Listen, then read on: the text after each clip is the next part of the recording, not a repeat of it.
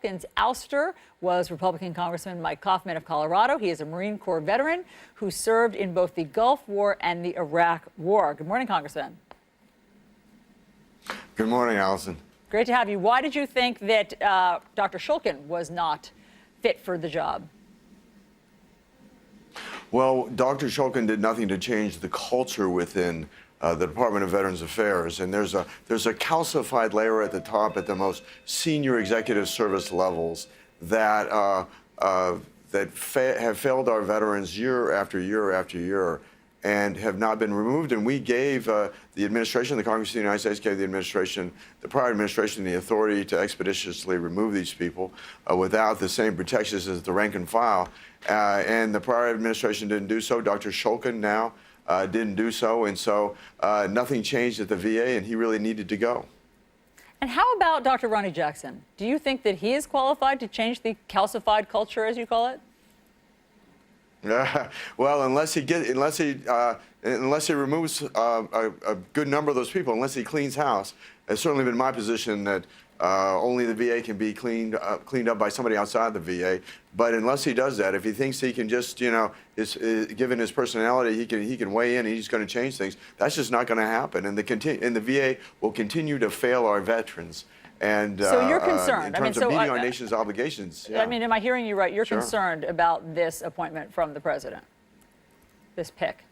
I would be concerned about any appointment, I just think that unless this Navy officer is going to be Marine Corps tough, and go in there and clean house and say, you really don't belong here. You've not served our nation's veterans. You've not served the taxpayers of this country. In terms of this bloated bureaucracy, unless he's going to really get in there and clean house. This is an organization that's over half the size of the United States Army, and unless he's going to be tough, nothing's going to change. So how do you think his confirmation hearing is going to go? Well, I think it'd probably go well. I mean, my guess is it's not going to be about the privatization of the VA. It's going to be about having a VA, but having a collateral or a parallel relationship with community providers under the Choice Program, and getting that to work. I think that's going to be the focus. I don't think he's going to have a hard confirmation process. Do you think you need managerial experience to run an agency with more than 360,000 people? Well, it certainly helps, but I think that Dr. Shulkin had managerial experience, and he failed, and the predecessors before him, McDonald and Shinseki, I think, in my view, they failed too. So doesn't that bode badly for what's about to happen?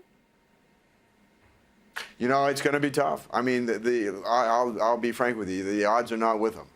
And so and I hope to meet with them soon and sit down and talk with them and spell things out, because I'm here to represent the veterans of the United States as a member of Congress, as a Marine Corps combat veteran, and I'm not here to be a booster for a particular president or a particular party. I'm certainly a Republican, but I'm going to lay it out to him what he needs to do, and but I think if he fails to clean house, he will fail. Why do you think the president picked him?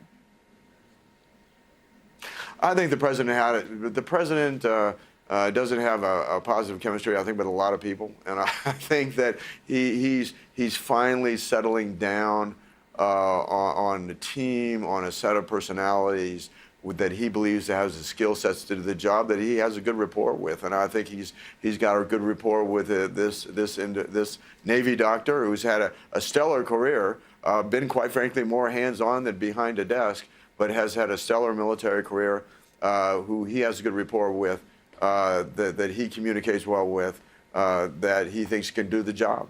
Do you think it has anything to do with the fact that Dr. Jackson gave the president a glowing health report? That probably didn't hurt. But I think if you look at the kind of people that the president's gone with, whether it's Mike Pompeo and Secretary of State, or whether it's John Bolton as his new national security advisor, and you look at these sort of changes, and General Mattis, who's been there from the beginning, it's people that he respects, it's people that he communicates well with, and he has a good rapport with. And so that's what we're moving forward with, and Admiral Jackson certainly fits that description. Congressman Mike Coffman, we appreciate your perspective on this. Thanks for being here. Thank you for having me. I appreciate it, Alisyn. Chris.